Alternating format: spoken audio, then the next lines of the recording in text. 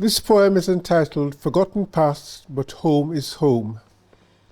Scraps of junk and priceless possessions, all printed firmly in the mind. Looking into a future unknown. Expect surprises. Land lost, and loves come and go, and a life stolen away from forgotten past. Original names are left behind, forgotten or banned.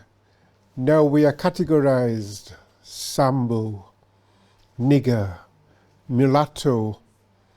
But later we become Walters, Warner, Wenham. Uncles ride horses and grandfather with his bike, father with his car, moving on, living life. Value your education, it's all around you.